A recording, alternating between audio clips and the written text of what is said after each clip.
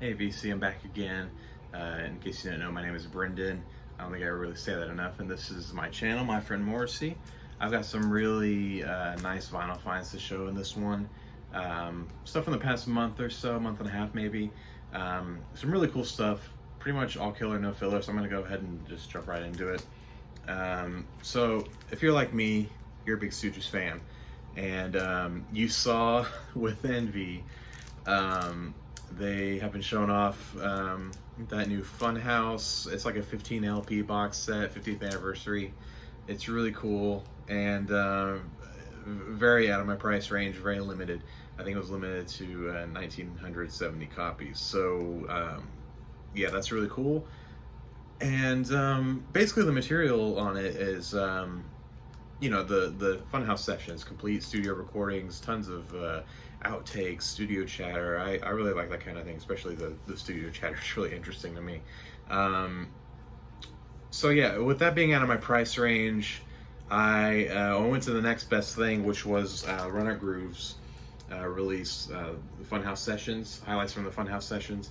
This is a double LP, really cool tip-on gatefold jacket. That will become a common theme in this video. The tip-on jackets, which are really nice, which if you didn't know are those ones that are like, they're constructed old school style. So basically it's like a big thing that they print out. It's like very large and then they fold it down into this, this size. So it gives it like a sturdier feel, and it's not just like a jacket that they print and then kind of slap a label on top of. It's like it's a heavier product. But anyway, yeah, this was a Runnergrooves release, as you can tell by the sticker. I was too late onto the bandwagon for this. But Runnergrooves is kind of a thing where, like, you know, it's a pretty cool record club. So the members get to vote on what release they want released. They give you like 3 options to pick from, and they rotate every month. And whatever wins the vote gets a limited pressing. You can hop in on the pre-order then, and if you miss out, that's just it's kind of too bad. You know, they're only going to make that many copies. So this one is numbered and it's limited. I don't remember how many copies of this they made, but this one's number 2758. Got this one online, had to pick it up. The music itself is really cool, obviously. You basically get the full album with you know, alternate versions of each track, and then some studio chatter. Some of these are the same songs but a different take of them, and side D is really cool. It's a reworked version of LA Blues called Freak. It's take 1. Really nice, takes the whole side, 17.5 minutes. Really cool release. Happy to finally get this. I've been wanting that for a while, but that Funhouse box set really made me pull the trigger on that one. Supporting a Texas store, I ordered this one from a place called Panther City Vinyl in my hometown, Fort Worth, Texas. Got a really good deal on this. This is a compilation from a USA record. So it's called 2131 South Michigan Avenue. This is a Sundays compilation, triple LP, triple gatefold, and this version, well, you can see Sundays always puts out a good package, but this version is the colored vinyl version. That's kind of cool. I did not know that when I ordered it. I would have been happy with black. This one has one red LP, one blue, and I think the last one's yellow. Really nice, sort of garage, mostly garage and you know, 60s stuff. So kind of groups are on here.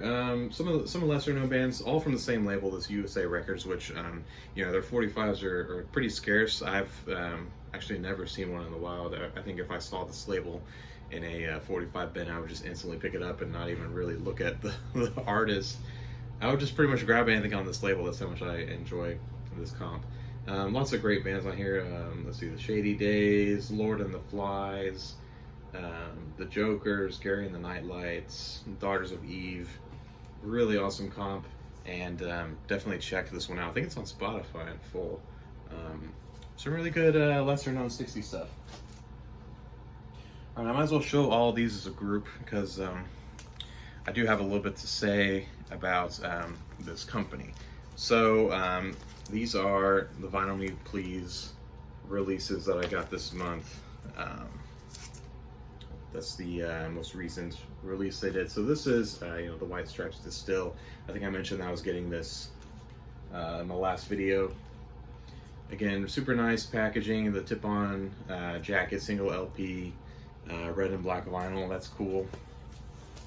In place of the John Mayer LP, which I am not a fan of. If that's your thing, that's cool. But it just wasn't for me. I swapped it out for this Jim Sullivan UFO, which they released a while back. I want to say even, if not in 2019, 2018. Like, I think it's been a minute.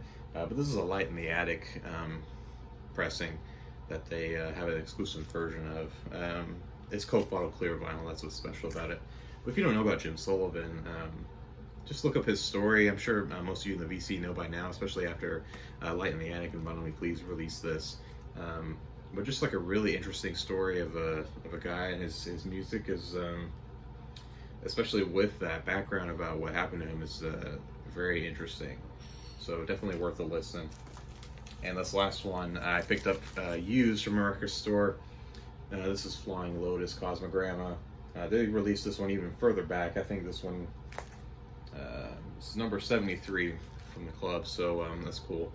Alternate artwork from what's the normal version is. Flying Lotus, I think, is pretty well known in the larger music community. I don't really know if he gets that much love in the VC. Not that I've seen. I think I've seen Andrew talk about Flying Lotus, and definitely talk about Thundercat and people like that. But yeah, definitely one to check out. It's if you like electronic, and it's sort of trippy, and it's got hip hop elements and all these hip hop features, and it's like a really unique album. He's a really unique artist. But speaking of Vinyl Me Please, I'm sure most of you have seen by now, if you're a Vinyl Me Please subscriber, that they are raising the monthly price from about, I think it's $23 a month to $44, and the reasoning behind it is, they want to keep giving a good product and all that, and that's all well and good. I just don't think at that price point I can continue to be a member. I literally just joined. The last video was the first video I showed Vinyl Me Please stuff in, and they got me in with the Stooges, John Cale mix, self-titled, and yeah, for $44 I just can't stay on. I can't really justify spending $44 a month on a single record. For $44, I could go to my local store and pick up probably 2 or 3 really cool things, and yeah, I don't know, and I can already see it happening now. Like, I'm gonna get the I've got the 3-month subscription right now. So I got the I guess the Jim Sullivan would have been the first month, because I traded it out. The John Mayer was that one I traded for Jim Sullivan, and then what's after the coming? I've got a tracking number for the new Buena Vista Social Club. It'll be cool. That's a good album. And after that is Spiritualized, Ladies and Gentlemen, We're Floating in Space. And they haven't announced what the next 3 months are, but I have a feeling this seems to be their strategy. Is they'll have 2 kind of lesser known or okay releases for these first 2 months, and the 3rd month they're gonna announce something really cool, something that's been, just dying for a repress, and but that'll get a lot of people, possibly even me, to stay on, or else risk trying to get 1 month whenever that release comes out. So that seems to be their strategy right now. They're also pushing very heavily for people to sign up for 1-year subscriptions, which I've seen a lot of talk online, from like armchair businessmen, like, they're obviously losing money and all this stuff, and they're obviously like a failing business. I don't know about any of that. Okay, I just it's not within my budget, definitely, to pay for a whole year up front, because that's what they do, is they take the money up front. And yeah, I don't even know what I'm talking about anymore at this point. But Vinyl Me Please, that's just interesting. sort of vinyl related news. I don't know if a lot of people have heard about that in the VC. I don't even know if that many VC members are Vinyl Police members. But anyway, speaking of that White Stripes, that's a Third Man pressing, and it was pressed at their new Michigan, I think it's Detroit, yeah, their pressing factory there. That's cool. And so, speaking of Third Man records, I have 3 Third Man releases. I picked them all up this month. For no other reason than I was just kind of craving this style of music. The first 2 are their Melvin's reissues of Houdini and Stoner Witch. These are both really cool. I think especially I'm a big fan of their Third Man label design. I don't know what it is about it. It's just kind of simple, and I feel like that really makes them stand out. But as far as the pressing quality, which is what I wanted to get into, I saw a lot of talk, and I've definitely had experience with this as well. I've seen a lot of talk online, especially with these pressings, as I was kind of researching what pressings of these I wanted, because music on vinyl also has pressings of these. But I have mixed feelings about music on vinyl as well. It's a whole other story. But these were pressed before they had opened their new Detroit plant. So these were pressed at United Pressing in Nashville, which is where Third Man used to be headquartered. I think they still have a strong presence in Nashville, but United has kind of a rap for being, hit or miss with the quality, especially on stuff that's like pressed in large quantities. And they've been around for a long time, and as far as the pressing quality it's probably been about 50-50 as far as if you're going to get a good pressing or something wrong with it, and that played out. This is a great example because it was about 50-50 with these. Not that these are like audiophile albums by any means. I'm not even talking about like audio fidelity, because I don't have any other pressings to compare it to, like in an original or the music on vinyl pressing, which I think was pressed in Europe. But just like the condition that the albums arrive in, right? So these were pressed, the same year, same pressing plant, probably very likely the same machines, So with Houdini, I get it, and I, brand new shrink wrap. I open it up, pull the record out, and it has this this like smudge, like a dirty smudge. It almost looks scratched. Luckily, I cleaned it and it came off. It still leaves a little bit of noise there. That's kind of nitpicky, I know, but when you're buying a brand new record, you expect it to be mint brand new, or at least near mint. But this one, Stoner Witch, I pull it out and it's like immaculate, and it sounds great, like pretty quiet pressing. And I recognize that this is, again, nitpicky and pretty nerdy stuff. And it sounds like I'm complaining, because I'm not. I really do. I'm glad I bought these. These are really cool. And it's just food for thought, because when you compare it with something like this next one, Boris, I never know how to say this, Akuma no Uta, which I think just means evil song in Japanese. When you compare it to this, which was pressed, I believe, last year at the Detroit plant, this is like, in comparison, it might as well be like audiophile pressing. It's a really high quality pressing. I didn't have any surface noise. It was just dead quiet. The music just was full. It sounds amazing. It's a good pressing. I have zero complaints about this at all. And that's just food for thought. And similar kind of music too, just kind of loud, noisy, punishing sort of stuff. And I was reading about Boris, and I just put 2 and 2 together that they're named after a Melvin song, which definitely makes sense. I always think that's funny when that happens. Also, you have probably definitely noticed, if you've never seen this cover before, this is a very obvious homage to Brighter or Later by Nick Drake, except with a sweet double neck guitar to kind of give you a hint about what the music's going to be like. And I just kind of rambled on about Third Man for a while, I know, but I bought all these around the same time. And I just thought that was very interesting, comparing the difference between their United pressings versus the Third Man pressing plant in Michigan. Very interesting to me. All right, this last one, I'm kind of saving best for last. I usually do that. I've been wanting this one for a while.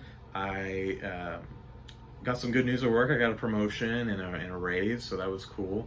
And so I decided, hey, I'm gonna, treat myself to something from my want list that I've wanted for a long time. There was one listed on Discogs for what I thought was a pretty good deal, and it was a pretty good deal. So I'll quit stalling and I'll just show it. There you go, wire, pink flag. U.S. pressing, obviously. You can probably tell because of the warning label on there, which I always think is funny. Because it says, warning, we like this record and hope you do too. However, the cuts, Mr. Suit, and Field Day for the Sundays contain explicit language that may be offensive to some. Obviously before the parental advisory label, because this was, 1977, or was this one 78? No, 70, this US pressing was 78, but it came out in the UK in 77. So yeah, I've talked about Wire before a lot. I think it might have even been my last video or the one before that, where I picked up one of their later period albums after their first three. It's sort of their comeback. Very different to this. This is their first one. This is pretty much straightforward punk, rock and roll. Sort of no frills about it. They have a lot of tracks on here, as you can see. Many of them are short, like a minute and a half, 2 minutes. They just they're going right through them. So yeah, I got this one. It's on the Harvest label, and came with the inner sleeve as well with all the lyrics. Very nice, complete package. Cover's not perfect, but it's mostly due to some general dirtiness and stuff like that, like no split seams or anything, which I hate. The spine is very nice. That's very important to me as well. And the only thing was the record, slightly overgraded. The seller listed it as a VG plus. I don't think I would call it a VG plus. Definitely more towards VG in my opinion. Definitely some marks on here. I want to see if I can get them to show up on camera. Which people always say, like, for a punk record, it's in great condition. You can kind of see them a little bit there, just like little ones like that. Nothing crazy that causes like a skip or anything. But yeah, definitely noticeable, and you can definitely, if you're paying attention, hear that in the background. So that's something to think about, as well as this. So I ordered this pretty much at the start of July. It was like pretty much July 1st, or maybe even or 4th of July, something like that. Early July, right? So then it's in the mail, shipping from New York. It ships pretty much overnight from like Brooklyn to the New Jersey distribution center. It stays there for like 2 weeks. Finally, it goes from New Jersey straight to DFW, which is the Texas regional hub, or at least for this part of Texas I'm in. It sits in the Dallas hub for another like week and a half. It moves to Fort Worth one night. Okay, I think it's finally on its way. No, it stays in Fort Worth for another week. And then next thing I know, I check in the morning and it says out for delivery in Waco, which is where I live. And I was like, all right. So that was pretty much, I think a lot of people had a similar experience right around that same time, because that's when the new Postmaster General for the Postal Service, got sworn in, and he has all these new policies about how mail's delivered, and it's just pretty much nationwide slowdown of the mail. And that's kind of that's a huge bummer. It's obviously very important for labels and record stores and even private sellers of records. I mean, we enjoy this media mail discount. I think I feel like people in the Postal Service have been not big fans of media mail because you know, it prevents us from spending more money on something like you know, like a first class or like a priority something or other package for a record, as opposed to the base. I think the base price is $280, and if you stay under £1, which I think one LP does, it's definitely less than $3 to ship a single record. That's pretty awesome pricing, obviously. So yeah, just something to consider whenever you're buying records nowadays, especially in the U.S.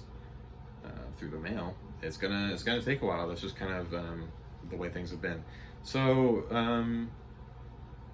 yeah, that's all I've got. I thought I would end strong and give you some food for thought with this video. So yeah, thanks for tuning in. Thanks for being subscribers. I appreciate the thumbs up. If you didn't like it, a thumbs down is cool as well. But yeah, I'll see you guys in the comments. Take care.